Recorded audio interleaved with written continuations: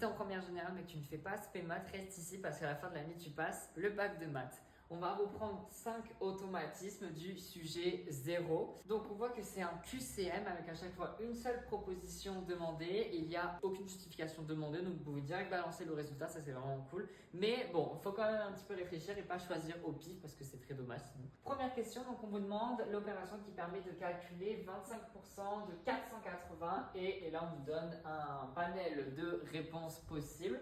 On oublie les réponses proposées et juste on réfléchit. 25% de 480, c'est quoi? On sait que pour calculer un pourcentage d'un nombre, il faut faire justement ce pourcentage fois le nombre. À 25%, on sait que c'est un quart. Donc c'est parti, donc ça nous donne un quart fois 480. Bon, on peut un petit peu travailler l'écriture, on peut aussi écrire que c'est 480 sur 4. Et donc là, on va regarder s'il n'y a pas une proposition qui ressemble à ce qu'on a, soit un quart de fois 480, soit 480 sur 4. Et là, oui, on voit bien que c'est la réponse D. Dans la question 2, on vous donne 3 nombres et on vous demande de les ranger dans l'ordre croissant. Là, la meilleure technique, c'est de les écrire sous forme décimale, sous la même forme que le C, comme ça, il n'y aura pas d'ambiguïté. Donc, le A, c'est 1 cinquième. 1 cinquième, on sait que ça fait 0,2. 19 centièmes, ça fait 0,19. Et 0,21, ça reste 0,21. Et donc là, ça y est, on peut les ranger dans l'ordre croissant. Alors c'est plus pratique de mettre le 0 ici, comme ça on voit bien 19, 20, 21. Et donc on voit que c'est d'abord B, puis après c'est le A, puis après c'est le C. Donc on voit que c'est la réponse C.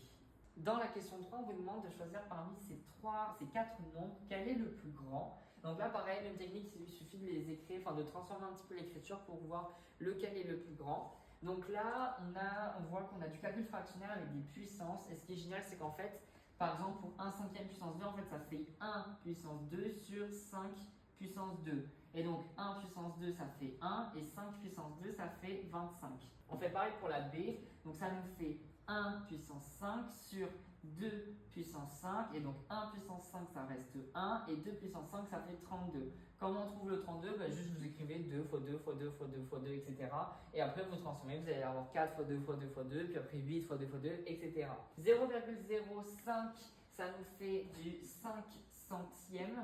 Et donc là, on voit qu'on peut diviser par 5 au numérateur et au dénominateur. Donc, ça nous donne 1 sur 20. Et pour la réponse D, on fait la même règle, on fait 1 au cube sur 3 au cube, et donc finalement ça nous donne 1 sur 3 au cube, ça fait 27, parce que 3 fois 3 ça fait 9, et 9 fois 3 ça fait 27. Et donc là, il suffit de prendre la fraction qui a le plus petit dénominateur. Et donc là, on voit que c'est la réponse C qui a le plus petit dénominateur avec 20, parce qu'après là c'était 32, 25 ou 27.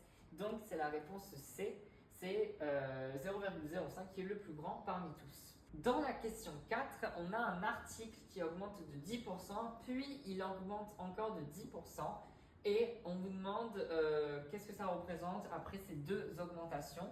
Donc on va dire que l'article il est de prix X, et on sait qu'au début il augmente de 10%. Vous savez que pour calculer une augmentation, on fait fois 1 plus l'augmentation, donc 0,1 ici. Et sauf qu'on sait qu'il augmente encore de 10%, donc on va faire encore fois 1 plus 0,1. On simplifie un peu tout ça, donc ça nous donne 1,1 fois 1,1 fois x. Et donc là, il ne nous reste plus qu'à calculer 1,1 fois 1,1. Et ça nous fait 1,21. Alors, comment le voir que ça fait ça? En fait, on voit que on peut faire 11 fois 11. 11 au carré, c'est un carré qu'on est censé connaître. Et on sait que ça fait 121. Sauf que là, on a décalé la virgule d'un rang ici. Donc, hop, on la met ici. Sauf que là, on l'a décalé aussi d'un rang ici. Donc, hop, en fait, finalement, il faut la décaler ici. Et donc, ça nous donne 121. Et donc là, comment on lit l'augmentation finale? Et bien, on voit que 1,21, c'est pareil que 1 plus 0,21 fois x. Et donc là, c'est ici qu'on voit l'augmentation. On voit que ça a augmenté donc de 21%. Et c'est la réponse D.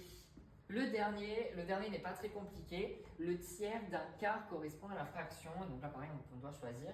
Donc, on écrit déjà ce que ça fait un quart. Un quart, c'est 1 sur 4. Et quand on veut prendre le tiers de quelque chose, on prend ce quelque chose et on le multiplie par un tiers. Ici, ce quelque chose, c'est un quart. Donc là, on va venir multiplier par un tiers. Donc ça nous donne un quart fois un tiers. Et vous savez que pour multiplier deux fractions, c'est très simple, il suffit de faire numérateur fois numérateur, donc ça fait 1 fois 1, ce qui fait 1. Et pour le dénominateur, il suffit de faire dénominateur fois dénominateur, donc ça fait 4 fois 3, donc ce qui nous fait 12. Et on regarde à laquelle ça correspond, donc ça nous donne réponse D.